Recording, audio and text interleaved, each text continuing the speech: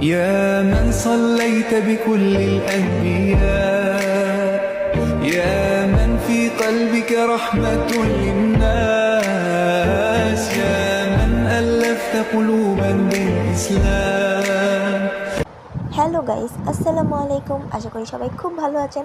সবাইকে জানাই রমাদান মোবারক। আর আজকের ব্লগটি হচ্ছে 24 রোজার স্পেশাল ইফতার ব্লগ।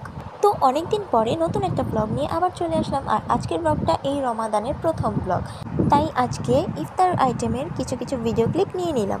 আর আজকের ইফতারটা অন্য দিনের চেয়ে একটু আলাদা হতে চলেছে, কারণ আজকের ইফতারে রয়েছে ফল, ভাজা পোড়া, শরবত, তার সাথে খিচুড়ি ও ভর্তা।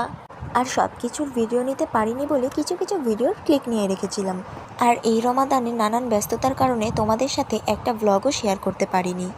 আর দেখতে দেখতে রমজান মাসও প্রায় শেষ হতে চললো। তো গাইস, তোমরা এটা ভেবো না যে ঈদে আমাদের কোনো ভিডিও আপলোড হবে না। অবশ্যই আমরা চেষ্টা করব ঈদে কোনো ব্লগ আপলোড করার। ঈদের দিনের ব্লগও তোমরা পেয়ে যাবে আমাদের চ্যানেলে। একটু অপেক্ষা করা লাগবে, কারণ সবসময় ব্যস্ততার মধ্য দিয়ে ভিডিও দেওয়া হয় না, তাই আমরা একটু লেট করে দিলেও ভিডিও অবশ্যই তোমাদের সাথে শেয়ার করব। আর ভাজা পোড়ার মধ্যে কে কী খায় তা আমি জানি না, কিন্তু আমাদের বাড়িতে সব সময় ভাজা পোড়ার মধ্যে আলুর চপ, বেগুনি, বড়া, আর আজকে ছিল স্পেশাল ফুলকপির পাকোড়া। আর ভাজা পোড়া ছাড়া ইফতার আইটেমটা ঠিক জমে ওঠে না, তাই না গাইস? আমার তো ভাজা পোড়া ছাড়া ইফতার একদমই ভালো লাগে না। তাই আর যা কিছুই থাকুক না কেন, ভাজা পোড়াটা অবশ্যই ইফতারে থাকতেই হবে।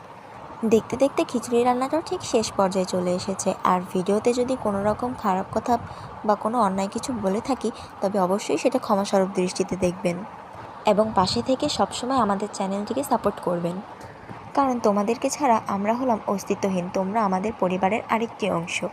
তোমরা পাশে থাকলে সব সময় ঠিক এভাবেই এগিয়ে যেতে পারবো। তো গাইস, ভিডিওটাও শেষ পর্যায়ে চলে এসেছে। সবাই ভালো থাকবেন, সুস্থ থাকবেন। আল্লাহ হাফিজ।